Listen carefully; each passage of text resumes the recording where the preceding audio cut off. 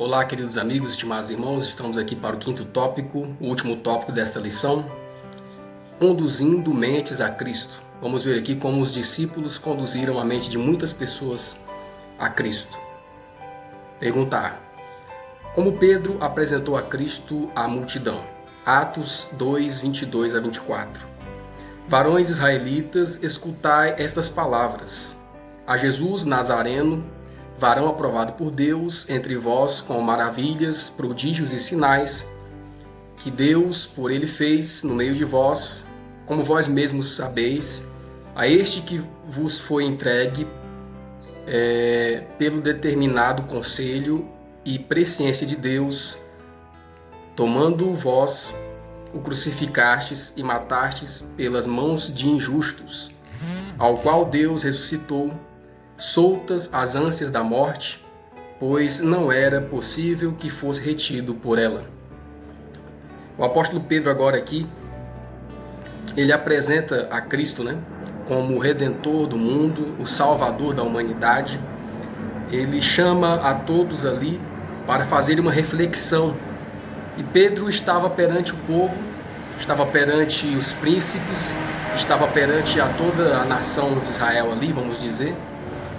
Príncipes, sacerdotes, a representação da nação de Israel, príncipes, sacerdotes, homens de grandes importâncias, perante o mundo, e mostrou a eles o fato que havia ocorrido. Olha, vocês desprezaram ao Filho de Deus, vocês mataram o Filho de Deus, rejeitaram a Cristo e o crucificaram na cruz.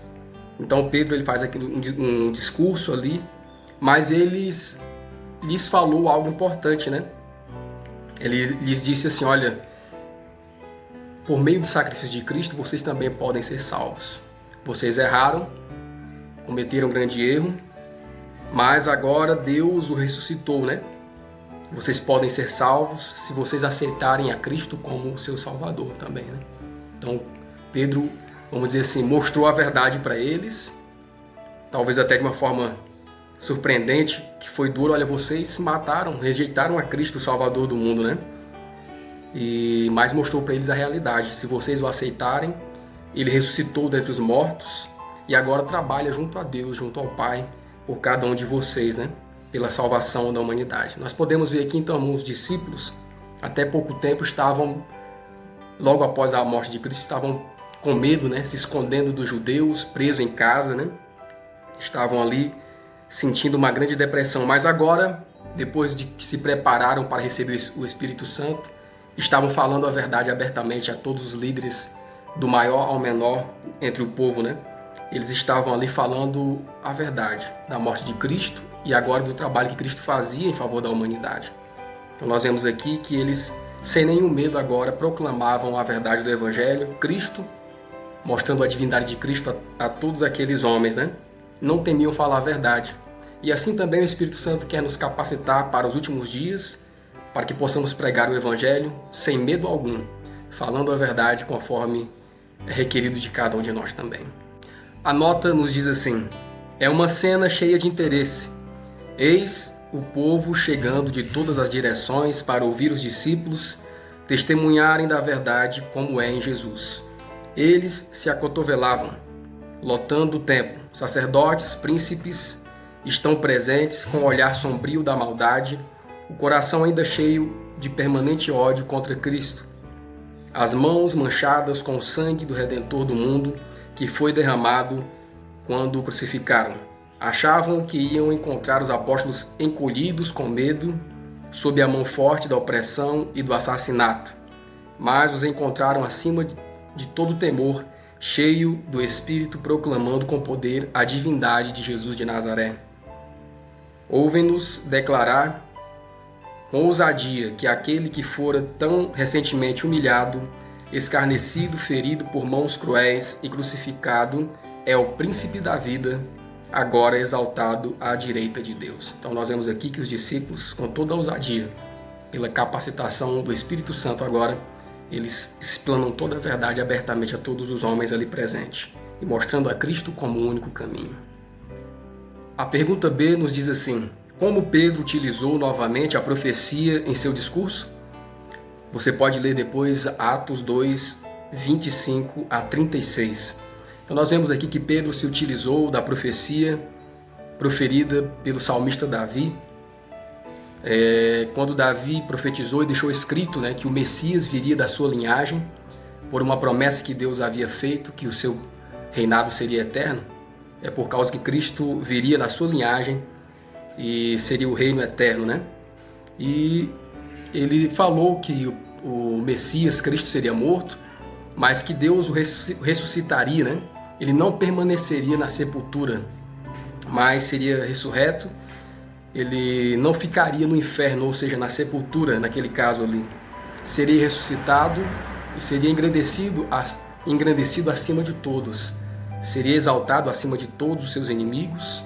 Os seus inimigos seriam colocados debaixo dos seus pés. Essa profecia foi feita por Davi, porque Deus lhe entregou essa profecia, né? E ele deixou escrito. E agora Pedro, no seu discurso, usa essa profecia também, mostrando aquelas pessoas que estavam ali qual era a função agora de Cristo. Cristo morreu, ressuscitou, voltou ao céu. E agora está ao lado de Deus, sendo intercessor por cada pessoa em favor da humanidade. Então, Cristo está ao lado de Deus intercedendo por nós. E foi isso que o apóstolo Pedro quis mostrar ali para aquelas pessoas, que Jesus hoje é o nosso advogado, né? Combatendo contra o espírito mal, maligno, contra as vontades de Satanás, que é nos destruir. E Cristo então defende perante Deus a nossa causa contra o adversário das almas, querendo nos dar a vida eterna, o direito de uma vida eterna. Então o apóstolo Pedro mostrou ali, através da profecia de Davi, que há muitos anos antes havia falado a respeito de Cristo, ele mostrou aquela profecia àquelas pessoas que estavam ali naquele momento. E nós vamos ver agora o que muitas pessoas fizeram, né? Depois de ouvir esse discurso de Pedro, e depois que Pedro mostrou, olha, vocês crucificaram a Cristo, vocês crucificaram o Filho de Deus, mas hoje ele trabalha em favor de cada um de vocês. A letra C. Descreva a maravilhosa operação do Espírito Santo naquele instante. Então, depois que Pedro fez aquele grande discurso, mostrando a eles o seu erro, e agora mostrando a profecia que tinha na palavra de Deus a respeito do Messias, que era Cristo, que ele foi ao céu e agora estava junto ao Pai, intercedendo pela humanidade. Nós vamos ver agora o que o Espírito Santo fez naquele instante na vida daqueles homens. Atos 2 e 3, João 16, Atos 2 e 37, João 16, 7 e 8. Ouvindo eles isto, compungiram-se em seu coração e perguntaram a Pedro e aos demais apóstolos: que faremos nós, irmãos? Todavia digo-vos a verdade, que vos convém que eu vá, porque se eu não for, o Consolador não virá a vós. Mas se eu for, enviá-lo-ei, e quando ele vier, convencerá o mundo do pecado e da justiça e do juízo. Então, irmãos, nós vemos aqui que ao ouvirem as palavras proferidas por Pedro, muitas pessoas que estavam ali foram tocadas pelo Espírito Santo, né? Muitas pessoas se sentiram sensibilizadas em seu coração ao ouvir o Espírito Santo. O Espírito Santo trabalhou no coração daquelas pessoas para ouvirem as palavras da verdade ditas pelo apóstolo Pedro e pelos outros discípulos que estavam ali. Sensibilizou o coração daqueles homens, né? Como o próprio Jesus aqui havia dito, que o Espírito vem para convencer os homens, né, da verdade. E muitos daqueles homens haviam ajudado a crucificar a Cristo, a dar o seu voto pela morte de Jesus naquele tempo, um pouco antes, né? E eles agora estavam perguntando aos discípulos de Jesus: o que nós vamos fazer? E quando eles perguntavam o que nós vamos fazer, eles estavam perguntando: podemos ser perdoados, né? Será que agora podemos ser perdoados? O que nós podemos fazer para termos o perdão de Deus? Era isso que eles estavam perguntando. E Pedro disse para eles assim: olha, arrependei-vos e convertei-vos, sejam batizados e Deus vai perdoar o pecado de vocês, né? Se arrependam pelos seus pecados, pelas ações más que vocês cometeram. E aqui nós podemos ver os discípulos, eles tiveram uma grande experiência, né? Uma experiência prática agora do que Jesus havia dito. Olha, eu vou, o Espírito Santo vai vir e ele vai fazer esse trabalho específico com vocês. vai convencer os homens do pecado, da justiça e do juízo. E agora os apóstolos estavam vendo ali presencialmente homens que haviam votado pela morte de Cristo, né? Estavam ali vendo o Espírito Santo convertendo o coração daqueles homens, sensibilizando o coração daqueles homens em favor da verdade e convencendo-os do pecado, da justiça e do juízo. Que maravilhosa lição, irmãos, que nós podemos aprender nesses dias, né? É função do Espírito Santo revelar à mente o tipo de consagração que Deus aceitará. Mediante a atuação do Espírito Santo, a alma é iluminada e o caráter é renovado, santificado e elevado. Então nós vemos aqui, olha a obra que o Espírito Santo pode fazer na vida das pessoas. Homens, os próprios que haviam crucificado, matado a Cristo, agora estavam tendo a oportunidade de se converter pelo poder convertedor do Espírito Santo, pelo poder regenerador do Espírito Santo. Pelo poder de Deus, estavam agora tendo uma visão diferente da vida, estavam tendo agora a oportunidade de ter a mente iluminada, uma renovação no caráter e uma santificação, né? Então, foi esse o trabalho que os apóstolos fizeram naqueles dias, no derramamento do Espírito Santo. Fizeram muitas coisas nesse tópico, é o que nós estamos aprendendo hoje, né? E assim também Deus quer fazer com cada um de nós, né?